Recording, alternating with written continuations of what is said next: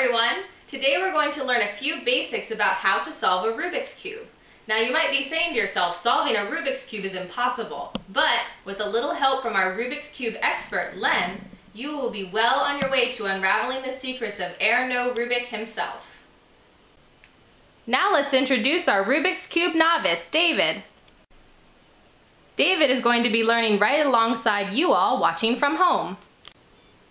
So in order to get started, we need to know a few basic terms about a Rubik's Cube. First, each small individually colored square is called a piece. Len will now point to the green piece in the middle.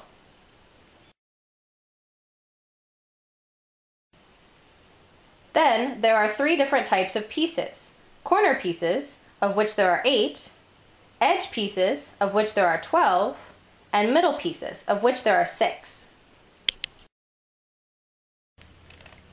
Each side of the whole cube is called a face. The first step is to choose a color and solve one face with that color covering the whole face. We'll choose yellow. Len is solving so that all the yellow pieces are on one face.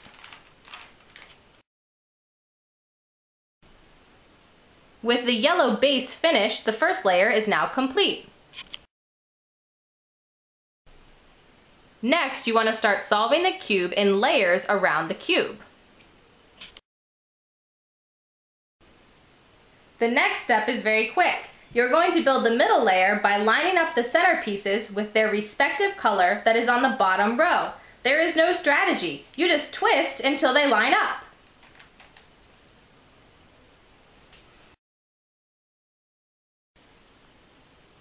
For these next few parts, Len will use some specific algorithms or recipes that he has memorized to solve each of the steps. We won't take the time now to go in and explain each one individually. Instead, just watch what happens and try to get a basic idea of what's going on.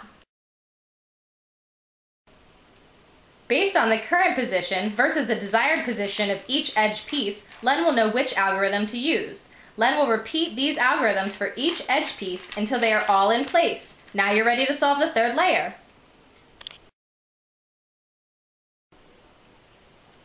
You do this by putting the edge pieces on the right faces. This can be accomplished by putting the correct color, in this case white, on the top face in the shape of a cross. This works because the edge pieces have colors on the side and top. To do this, Len uses another algorithm. Now that the edge pieces of the third layer are all in place, you only have one last step, to put the corners on the right faces. This requires one last algorithm. Now the Rubik's Cube is solved!